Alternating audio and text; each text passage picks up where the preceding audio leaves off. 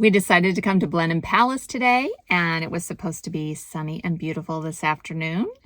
And of course, as soon as we drove into the car park, it started raining pretty hard, but it's let up a bit, so I'm putting on my wellies and I'm headed into the palace. If you're new to my channel, hi, I'm Dara, and I created Magenta Otter Travels to be a place where Brits and Anglophiles from around the world could get together and talk about British stuff. And today, I'm headed to Blenheim Palace, which is known as being not only a beautiful palace not too far from London and only an hour from our home in Cheltenham, but also the birthplace of Winston Churchill. Blenheim Palace has the unique distinction of being the only palace in the UK that is non-royal and non-ecclesiastical. It is a UNESCO World Heritage Site, and as one of England's largest houses, is full of beauty and history.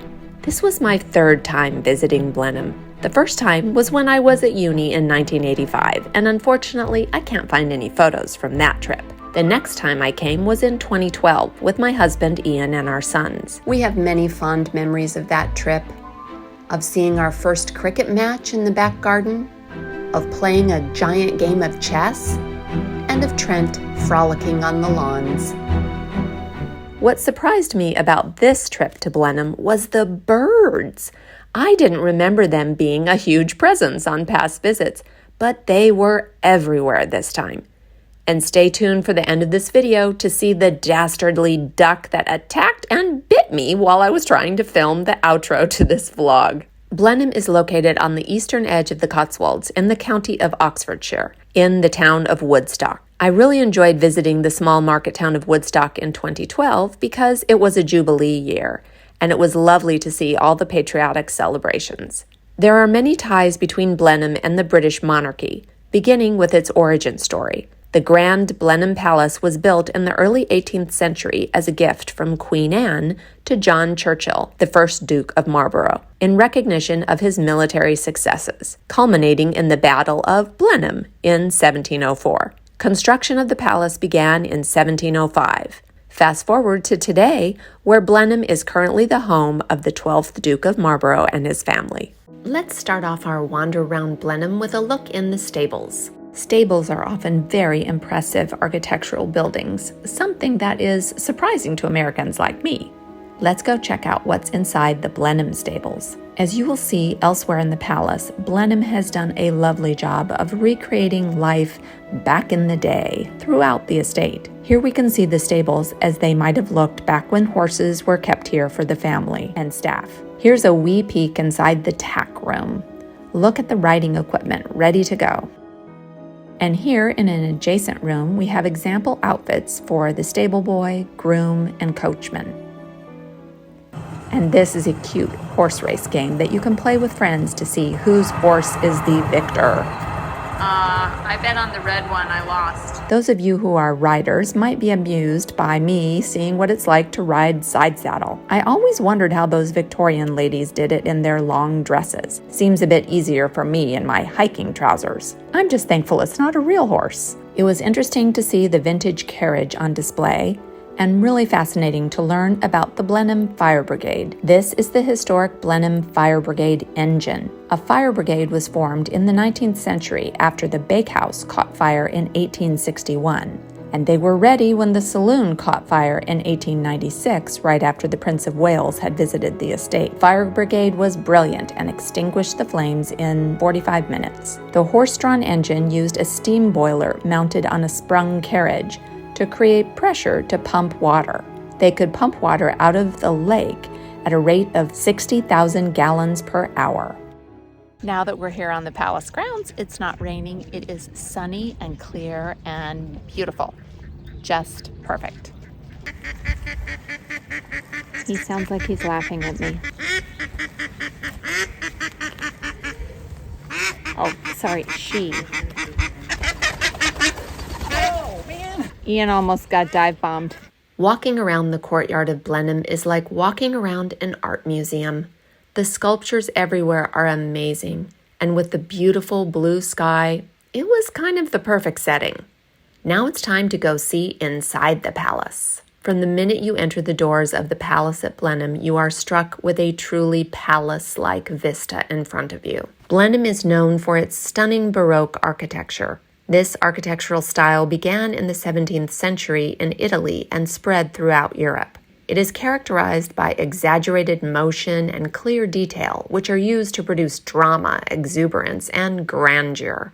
Blenheim is a great example of all of those attributes, and this grand work of architecture took over 20 years to complete. The architects behind the grandiose design of Blenheim Palace were Sir John Vanbrugh and Nicholas Hawksmoor. Baroque buildings were designed to impress and convey power. The sizes of the rooms were of superhuman proportions and often included ceilings that were heavily painted. This stunning mural on the ceiling above the Great Hall depicts the first Duke of Marlborough presenting the plan for the Battle of Blenheim, his most noteworthy military victory. For those of us who are not experts on the topic of British aristocracy, Blenheim is a great place to learn about dukes and duchesses and the royal court. The first, Sir Winston Churchill, was born in 1620 and knighted by King Charles II. His son John Churchill became page to the Duke of York in 1666 and went on to lead an illustrious military career, later becoming the first Duke of Marlborough and owner of Blenheim Palace. He met his wife Sarah at court when they were both in the service of the Duke and Duchess of York. In England, dukes were created after the Norman conquest. In 1337, Edward of Woodstock became the first duke created in England when he was made Duke of Cornwall by his father, King Edward III. In the pecking order of importance, Duke and Duchess are the rank just below Prince and Princess. John Churchill served 4 monarchs. Though he was born a commoner, he rose through the ranks from Baron under Charles II to Duke under Queen Anne. It's fun to wander the hallways of Blenheim and see the lovely sculptures on display, which were acquired by the various dukes and duchesses over the centuries. Not all of these sculptures had plaques explaining them, so I occasionally made up my own obscure observations. Is it just me, or does this chap look like Marlon Brando? She looks very Regency era. This is from 1843. Since I live in Cheltenham, I think I need one of these in my home. I also loved looking at the stunning portraits throughout Blenheim. Many of these family portraits were large and simply breathtaking. Sarah, the first Duchess of Marlborough, enjoyed a very close friendship with Queen Anne. In fact, the two women met when they were just children, and the princess, who was 5 years younger than Sarah, admired the older girl's spunky, confident personality. Sarah and John Churchill were the parents of 2 sons and 5 daughters, but only 4 daughters survived to adulthood. The second eldest child, Henrietta, went on to become the second Duchess of Marlborough and carry on the family tradition at Blenheim. This portrait is of Charles Spencer Churchill, the 9th Duke in his family. He is credited with saving Blenheim Palace and the family fortunes by his auspicious marriage to Consuelo Vanderbilt. It was an unhappy marriage, but they did have offspring to carry on the family and keep Blenheim within it. More about them when we get to the library. The dining room, or as it is called at Blenheim, the saloon, is a perfect example of Baroque architecture, drama, ornamentation, and grand scale. The ceiling painting is meant to symbolize peace, showing John Churchill in a chariot holding a thunderbolt. The walls are painted in a 3-dimensional way with people representing all nations of the world. I rather think that if you sat here eating supper, you would feel like these people are peering over the balcony and staring at you while you ate. Because I have a bizarre fascination with plastic food replicas, I loved the dining table display. It was interesting to learn about the dining habits of the 18th century English aristocrats. A formal meal such as the one shown here would include many courses, and dishes were all served at once to impress diners with the wealth of the man hosting the feast. Desserts were stacked in pyramid fashion in the center of the table, with savory dishes surrounding them. Elaborate pastries were also popular, and swan pie was a favorite, as well as those filled with eels and other game. Also shown was a description of how to prepare and serve peacock pie, which sounded shockingly dreadful. On this visit to Blenheim, we found gorgeous 18th century English costumes on display throughout the staterooms. They were loaned from Oscar-winning designer Sandy Powell, who created them for a movie about Queen Anne's court called The Favorite. Speaking of favorites, this first stateroom was my favorite. The gold ornamentation everywhere was stunning. The enormous Blenheim tapestries on the wall were also remarkable. Of course, I particularly enjoyed this magenta dress. And behind it is one of the ornately upholstered pieces of furniture in the room. This chair in particular is noteworthy because the first Duchess commissioned the fabric to include the face of Louis XIV.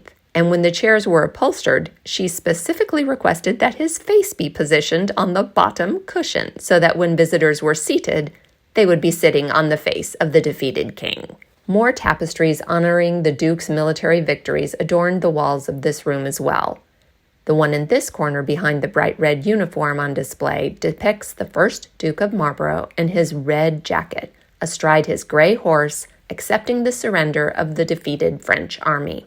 The second stateroom had really lovely costumes on display as well, and more tapestries that are so gigantic that they wrap from one wall around the corner to the connecting wall. The room also features over the fireplace a portrait of Louis XIV that the 9th Duke placed in this room when it was redecorated. Also on display were some amazing wigs as example of 18th century fashion. Interesting to note that these massive wigs for men originated in the court of the balding King Louis XIII of France, and then became popular in England as well.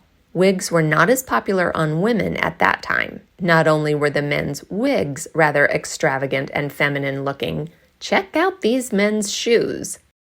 The third stateroom is yet again another opulent display of gold ornamentation. It is also known as the state bedchamber, and was a place Winston Churchill would retire for a night's sleep after working late in the adjoining library. This room is called the Long Library, although I like to call it the ballroom because this is the room where they held their grand balls and parties. The library indeed is quite long and contains over 10,000 books, which were purchased by the 9th Duke of Marlborough, Charles Spencer Churchill, who married American Railroad heiress Consuela Vanderbilt.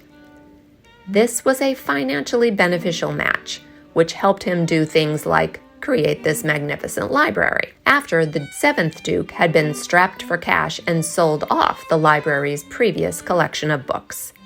The library as shown here is decorated for a spring ball, hence the floral displays and maypole. I was intrigued to learn that the candlelit balls in the 18th century would begin late in the evening, and then supper would be served at 2 or 3 a.m. once everyone had finished dancing. In addition to serving fish, meat, and veg, the supper would also include a lavish assortment of colossal cakes, biscuits, and other confectionery, as shown here. The organ at the far end of the library was built in 1891 and is the most stunning pipe organ I've ever seen in a private home. Speaking of lavish things normally seen in public churches rather than private homes, let's next visit the chapel at Blenheim. The first Duke, John Churchill, saw work on the chapel begin but did not live to see it finished, although he did make clear his wishes to be buried in the chapel of Blenheim House. So after his death in 1722, his widow Sarah commissioned this exceptionally grand monument in his honor. Sarah and John's 2 sons died young and are also honored in this same memorial. When originally built, the rest of the chapel was rather plain, so that the monument would dominate the room with its splendor. But in later Victorian times, many furnishings and upgrades were added. Winston Churchill was christened in this chapel, and next I'll show you some things I saw and learned about Churchill during this visit. Winston was born in 1874 here in this room of Blenheim Palace. He was part of a wealthy aristocratic family that allowed him the privileges of attending prestigious schools before launching his military and political career. Churchill became a member of Parliament in 1900 and served as Prime Minister twice, from 1940 to 1945, and then again from 1951 to 1955. He was also a successful author and won the Nobel Prize in Literature in 1953 for his many published works and his role as a statesman. Churchill is also known for strengthening ties between Britain and the U.S. This is a letter and award from President John F. Kennedy in honor of Churchill's bravery. And here I am in the midst of a sculpture in London, which shows Churchill conversing with Franklin D. Roosevelt. One thing I was surprised to learn on my first visit to Blenheim was the fact that Winston was half American. His father, Lord Randolph Churchill, was a prominent British politician, but his mother, Jenny Jerome, was an American socialite who also had a privileged upbringing in a wealthy family. Churchill is famous for his inspiring wartime speeches when he served as PM during World War II. He is remembered by many as a great leader during the dark days of war, who inspired the country to persevere with courage in the face of huge adversity. However, despite his many achievements, Churchill was also a controversial figure who is often criticized for his political and moral views, as well as his sometimes blunt and tactless manner. The grounds of Blenheim Estate encompass over 12,000 acres of beautiful parkland and gardens which were designed by the renowned landscape architect Capability Brown. Seen in the distance here is the Column of Victory, a monument built to honor the first Duke after his death. We didn't have time to explore all the Blenheim gardens, but they are very expansive and meticulously maintained. I love the Great Lake in particular, and the Grand Bridge. This view has been a favorite of mine for years, and here are a few photos of my family with Blenheim in the background from our 2012 visit. There are also many lovely fountains on the Blenheim Estate, which are enjoyed by both people as well as ducks. I enjoyed the sculptures around this fountain, and I posed for this ridiculous photo by one of them. I also tried to convince Ian to pose next to this one showing off his six-pack abs, but he refused. Finally, here is a view of the gorgeous Italian garden with its well-manicured hedges, another lovely fountain, and of course, bird-shaped topiary. Because Blenheim is overrun with birds these days. They just seem to be everywhere. Longtime subscribers will be aware of our many bird encounters of the hostile variety, such as the swan hissing at Ian in Wales, me getting savagely attacked by a psychotic rooster in Falmouth, Cornwall, and then Ian getting robbed of his sandwich and brutally scratched up the side of his neck by an aggressive gull in St. Ives, Cornwall. But during our visit to Blenheim, I was attacked in a way I totally didn't see coming. A duck just waddled up and bit me. The difference between this attack and all the prior ones I've mentioned is that I actually caught this one on video. Ian was filming me doing my outro to this video, so watch closely to see what happened. I'm here amidst the ducks and geese of Blenheim to say thanks so much for joining us on our visit to Blenheim today. A duck is about to attack Ian, the cameraman, right now. He doesn't... That duck just came and bit me.